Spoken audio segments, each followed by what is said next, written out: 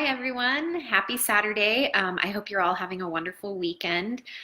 I wanted to hop online today to go over a topic that I've really been wanting to touch on this week, and it's called behavior-based habits in the corporate workplace. So if you are someone that's going into an office throughout the week, or um, spend a lot of time in a Monday through Friday type of scenario, this talk is for you.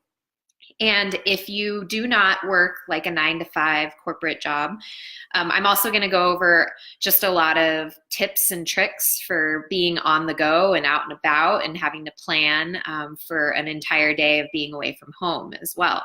So this topic is really going to be beneficial for everyone in the group. So I want to talk about just some of the things we encounter in the corporate workplace, some of those corporate stresses, and how you can maintain the Rebel Reboot lifestyle and these behavior-based habits that we've been practicing. So when we're working in the office, or if you're maybe a healthcare professional and you're at the hospital or something, you're going to get a lot of temptations around you, right? People bring things to the office, they set it out in the kitchen, they hope that everyone's going to take it and eat it. So you've got the gummy bears and the donuts that someone brings in for the morning meeting, chocolates out. You may be like out at an event and you've got the nachos and the nacho cheese, and at a potluck you're going to have a lot of different treats, candy, chips. Maybe at work they do a monthly birthday cake celebration thing. I know my office does that. Or they get lunch for the meeting, and it may not be something that I honestly would pick. Also, another thing I want to touch on is just like social happy hours and things that you need to go to for work functions. So sometimes you get comments when you're trying to practice these behavior-based habits from your colleagues, and you feel a little bit judged in those scenarios. So I'm gonna talk about all of these things. Comments that are not judgy, but could be, are, you don't want to eat that healthy thing you brought, Leanne. Why don't you come out to lunch with us and be social? Or, oh, wow, that looks healthy, is usually like a comment you're hearing that seems judgy because they think it looks gross because it's healthy or whatever. And sometimes people are giving you these comments, and they're shooting their judgy comments towards you because sometimes people wish that they could implement easier or better habits. It's just not an easy thing to do, right? So also, when you're working like a corporate job, you may be in the office for a really, really long period of time. I'm often in the office for like a 12 or 13-hour day when I'm really busy. So food prep during the week is basically the last thing that I want to do when I get home late in the evening from work. But working on food prep is going to just make it a lot easier to take on those really long days. So I'm going to go over 3 strategies or categories in this talk: strategies for food and eating. And then I also want to touch on just some strategies for getting workouts in. And then the last thing is dealing with the conversation and the comments from people at work. I also have already posted some information on travel and strategies there. If you need me to retag you in that, let me know. But if you're traveling a lot for work, that's kind of another separate thing. But I am going to focus today's topics on working in the office. So let's talk about food strategies and what I call life hacks. So number 1, I recommend setting a calendar invite on your work calendar. Mine looks like 10 a.m. snack, 12 p.m. lunch, 2 or 3 o'clock is another snack. And then I will often even put my workouts on my calendar, my work calendar. If you have the flexibility to work out in the middle of the day or over lunch and then eat your lunch at your desk, you can block it off on your calendar. I have to block these things for two reasons. Number one, so that I will remember to eat my snacks throughout the day because I'll get busy and I'll forget. And then number two reason is I block like my lunch or my workouts off on my calendar so that nobody else can book time with me during those. So that's really important to me. And my schedule is very hectic at work. So this is one way that I've found a way to manage both just eating habits and then taking the time that I need to get my workouts done or eat my lunch or whatever. Food prep. So if you're working on an 8 to 5 job, I really, really want you to consider doing food prep. And it may look a little bit similar to the way I do it, where you prep everything, say, on Sunday night for the entire week. But food prep can look a few different ways. So example number one is to cook full meals, measure everything out on Sunday, and it's going to get you through the entire week. I put together basically 5 breakfasts and 5 lunches, maybe less if I know I have work meetings over lunch scheduled. And then they each go in a glass Tupperware container, and I puzzle them all into my fridge on Sunday night. And that's what that looks like. It's a commitment, but then I don't have to think about it the rest of the week. Example number 2, food prep, would be you cook dinner the night before, and then you make an extra serving and take that for lunch the next day. So that would be an example of like a leftover food prep scenario. Or maybe dinner 2 nights ago is your leftover lunch, right? And then example number 3 is something that I do when I know that I'm going to be really busy and I may not be able to do my Sunday night food prep. And it's a little more costly, but the convenience is basically priceless. But there are some places that are around local here in Denver where you can do full meals that are already done and prepped, and they give you the macros and everything. There's a place called Fit Kitchen. There was Ready Fit Go in town. I don't know if they're still open. I used a different food prep service when I wasn't in Denver. There's usually a lot of options in most cities. There's also something called Icon Meals, and I'll put the link to them in the comments of this video. It's basically delivered meals to your door. And if you're going on a trip or a business trip, you can actually get these delivered to your hotel room as well. I've done that before. And you throw them in the fridge. You do have to have a refrigerator, and then it's just done. Everything's done. So you can get delivered meals. You can go pick up meals for the week. So that's sort of 3 different examples of food prep and what you may want to do if you're working full day job. Okay. All right, let's touch on lunch meetings. So, and this is just continuing more food strategies and hacks. So lunch meetings, they definitely come up. I have them often as well, sometimes a lot more often than I wish to. Typically, you're gonna know when a lunch meeting is going to take place. So, or maybe you have like a sales event or a product demo event or whatever it is, but you're gonna know about it, right? So here's what I would try. Number 1, try viewing the menu ahead of time and making a plan by logging it into your MyFitnessPal before you eat it. Okay, as like, okay, I think I'm going to order this. I'm going to log it into MyFitnessPal. Yes, I think that fits my macros just fine. Another thing that you can do if it is a surprise place, so sometimes my lunch meeting will say that the location is TBD or whatever, which I hate. But if you are kind of in a surprise scenario where you're not sure where you're going, one strategy you could use is to order the salad. And I know that seems a little bit boring. Add extra protein and ask for dressing on the side. It's kind of just a safe bet strategy, and most places that you go will have an option like that. If you're feeling really confident, you can even bring your own dressing packets with you. There's a specific dressing that I really like that Chick-fil-A carries, and when I go there, I ask for an extra 1 or 2 of them, and I will actually take my own dressing with me to places. if anyone's wondering, it's the chili lime vinaigrette from Chick-fil-A. I like how it fits in my macros. I think it's delicious, and I'll put it on any salad. So yeah, I've been known to bring my own dressing. That way I know that the salad I'm going to order is within what I want to be eating for lunchtime. So salad's kind of a safe bet, extra protein, especially because we're going for the high protein numbers, okay?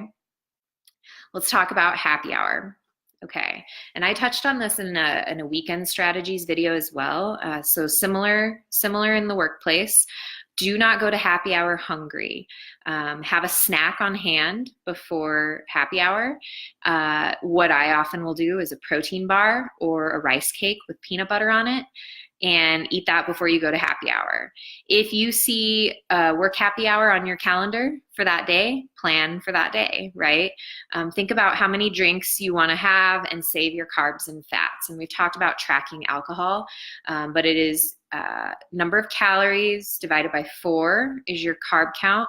Number of calories divided by 9 is your fat count. You can do a combo of both, or if you want to just save on one end, you can do that. Identify a drink that is going to fit within your desired plan. Okay, so mine is vodka with soda water and a couple limes. That I feel confident in logging that. I know I can fit 1 or 2 of those into my macros on almost any given day. But I know I'm not going to have more than 1 or 2. So there's about 100 calories in a shot of vodka. That's one thing to note. So, you know, I can save 200 calories, divide by 4, and I need 50 grams of carbs for that. I just know that. I've been doing this for a little while. I know it takes a little bit of time to calculate in the beginning. Or I'll do, okay, instead of 50 grams of carbs, because that's a lot, and I actually want to eat some carbs throughout the day, I'm going to do half of it toward carbs, so 25 grams of carbs, and then 11 to 12 grams of fat. That's what I know I need to save up to have 2 drinks at happy hour. So think about those things ahead of time. Packing food. So I throw my lunch in my bag and then straight into the fridge when I get to work. That works for most people. If you have a longer way to go or a longer drive, I would recommend investing in like a carrying case with the ice packs. I showed an example of my 6-pack bag in the travel post. I really, really like the 6-pack bag.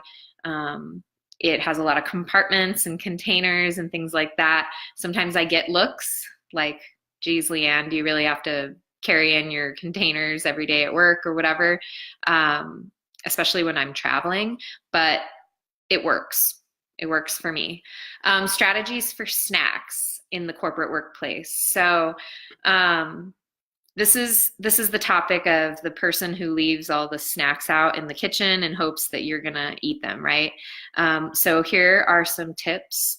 I recommend rerouting the way you're walking through the office. So I used to have this office that was right by the kitchen in my last spot in my office. And I actually would kind of reroute so that I would walk a different direction, a little bit longer way to like go to the restroom where I didn't have to walk through the kitchen. So can you avoid walking by the kitchen or, you know, reroute how you're navigating throughout the office?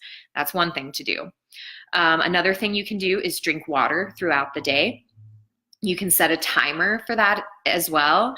I have a water bottle actually that lights up every hour, reminding me to drink some water. So there's things you can do there. I've seen those water bottles where it puts lines on the side and you try to drink a certain amount of water by a certain time of the day. That's a great way. Make it so that it works for you. Another thing regarding snacks is find snacks that keep you satisfied. If you are hungry, you're going to go over to that table, right? I really recommend protein dense snacks to curb hunger and those cravings. And then another thing with just snacks in general is I don't want us to be thinking of food as a reward system. I used to kind of have this mindset where it was like, Leanne, you worked out really hard this week and you killed it at the gym this morning. It was awesome. You deserve that chocolate cake or whatever it is. And I really want to try to get away from food being used as a reward system because that's where we can get into a little bit of trouble, right? So something to think about. Don't think of food as a reward. Think of food nurturing the body and fuel, okay? Also in the workplace, regarding snacks, try drinking coffee instead. If it's summertime, try a cold brew. I'm definitely not promoting like over caffeination, and I know caffeine works different ways for different people. But honestly, if I see that there's food out there and I think I want it, I will often like go for a walk instead and go grab a coffee. I'm a black coffee drinker, but if you are putting something in your coffee, just be mindful of what you're adding to your coffee and how to fit it into your plan. And then just to spin off of the whole food as a reward system, don't think of snacks as a reward system as well. And maybe food isn't actually a reward and it's just us fueling our bodies. So we can feel good and get through our workouts and not overeat as well. All right.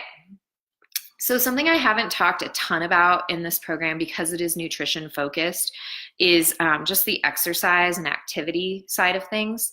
And I know everyone in this group has some form of activity they're doing. A few of you have been coming to my classes too, which has been awesome. So I know you guys are active. I know you're moving in lots of different ways. And maybe it's not going to a gym. Maybe you're out there walking, or you're riding horses, or you're running with your kids and playing soccer with your kids, or whatever it is. Just active lifestyle is what we want, right?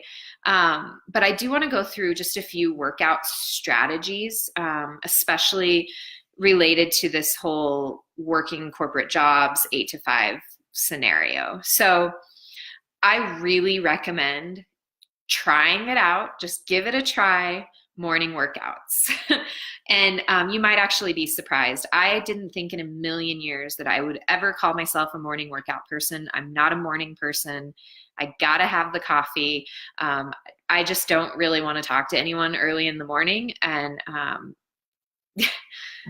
I was surprised. I surprised myself when it came to morning workouts. So maybe this doesn't look like getting up every single morning, 5 days a week for an early workout. Maybe try to balance it, try 1 or 2 days, set a really consistent schedule for several weeks and see if it works.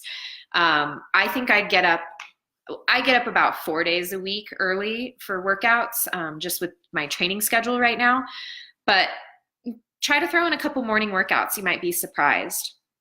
It also just makes it a lot easier from like a corporate working perspective. If you've got to work late, I can't tell you how many times I have said I'm going to work out after work and then I get stuck at the office late and it just doesn't happen.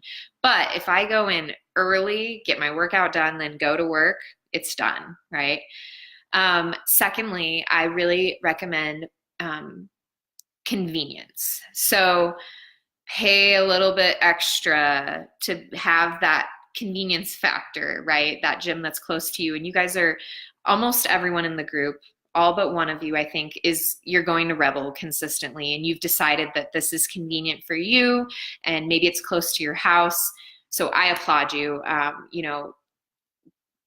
going ahead and finding that place that's convenient for you, that place you really like to work out, right?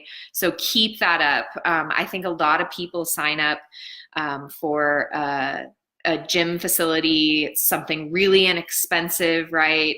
And they never go because it's not convenient for them, and they don't feel committed even financially because it's only, however many dollars a month.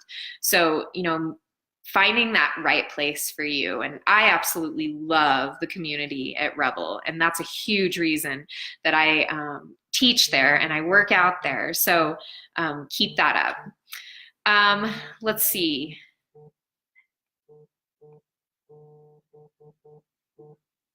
before going to the gym, especially if you're going to try these morning workouts, I really recommend packing or setting out everything the night before. So it's kind of a process the night before. I know you're probably really, really tired, you're ready to go to bed, but it's okay to, be the bag lady, loading up all of your gym stuff and your work stuff and just having it all ready to go. It's a game changer, especially if you're getting up and working out in the morning. So try that out. Another thing you can do is invite a friend from work to work out.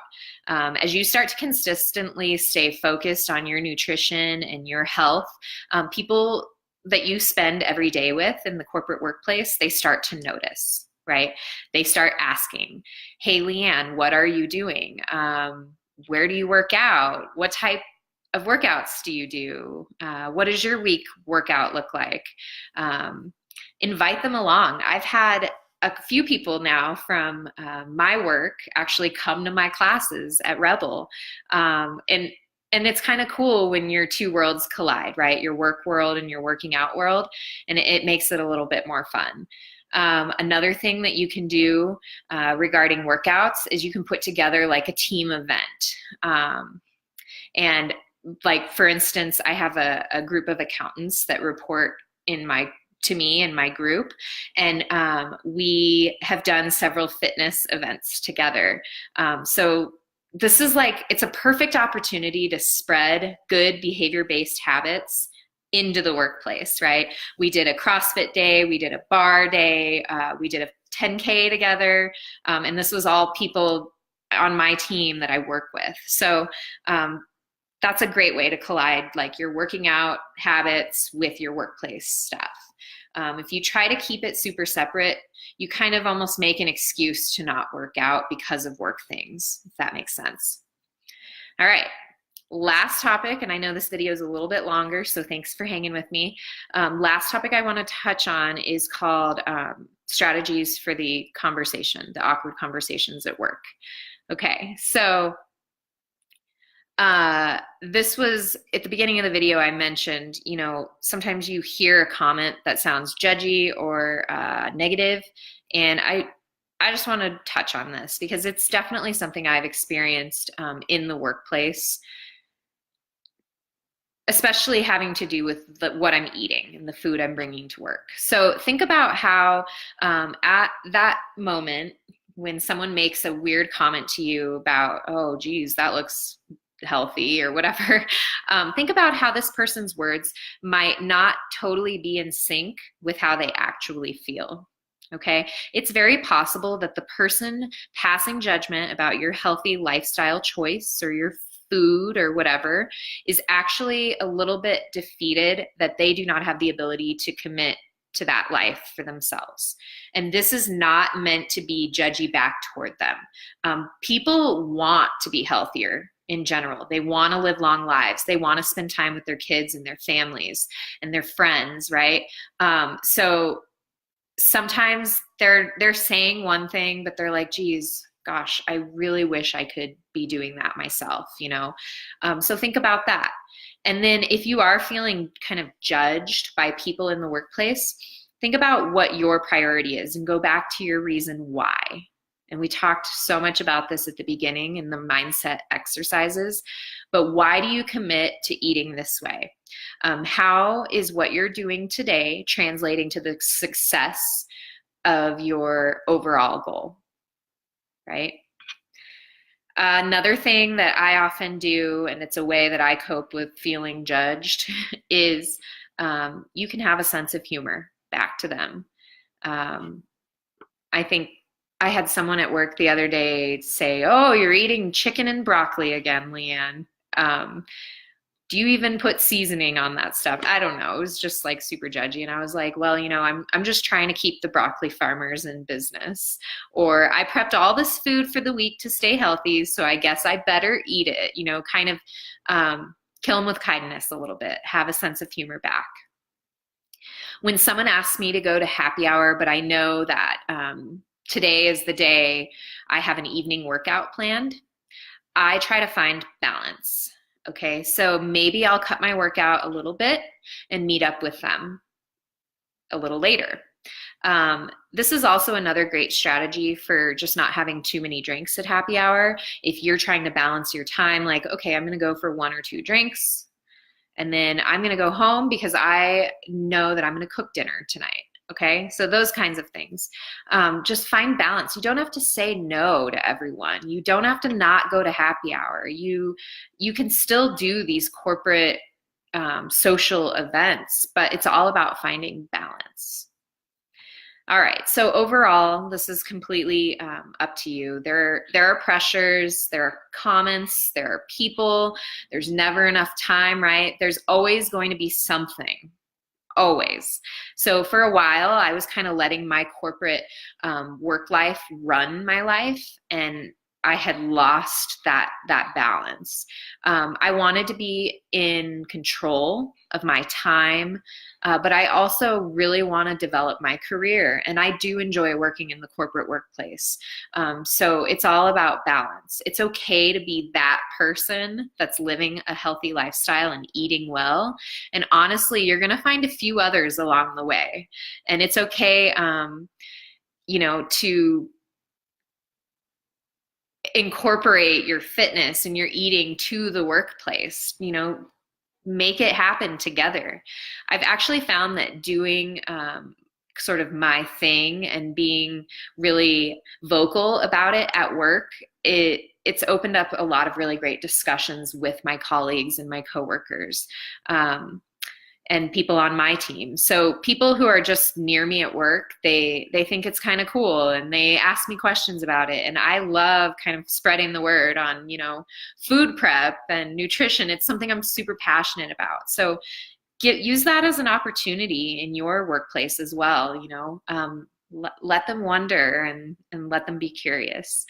I hope this helps, but if you are wondering about any additional strategies or you have specific questions, feel free to post comments or shoot me an email. And so hopefully this gives you some tools and some tips for working in the office and eating well. And I will talk to you all later.